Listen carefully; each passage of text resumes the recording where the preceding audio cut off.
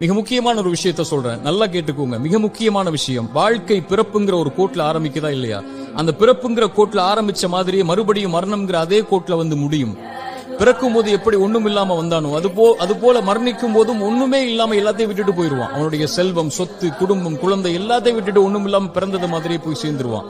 அப்ப எதுக்கு இந்த வாழ்க்கை, எதுக்கு இவ்வளவு பெரிய போராட்டம்னு கேட்கக்கூடியவங்களுக்கு இறை தூதர் இந்த 3 செயல்களை நீங்க உலகத்துல வாழும் போதே விதை போடுங்கன்னு சொன்னாங்க. அது பின்னால நீங்க அறுவடை செய்வீங்க. நீங்க மரணிச்சதற்கு பிறகும் உயிரோட வாழ்வீங்க அதன் காரணமான்னு சொன்னாங்க.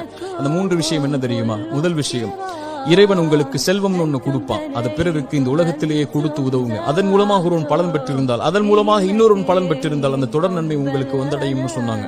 இரண்டாவது, இறைவன் உங்களுக்கு கல்வின்னு ஒண்ணு கற்றுக் கொடுப்பான். எதுவா இருந்தாலும் சரி, ஒரு எழுத்தா இருந்தாலும் சரி, அது பிறருக்கு பலன் பெற கற்றுக்கொடு. அதன் மூலமாக அவன் பலன் பெற்றிருந்தால், அதன் மூலமாக பலன் பெற்றிருந்தால் அந்த நன்மை வந்து சேரும்னாங்க.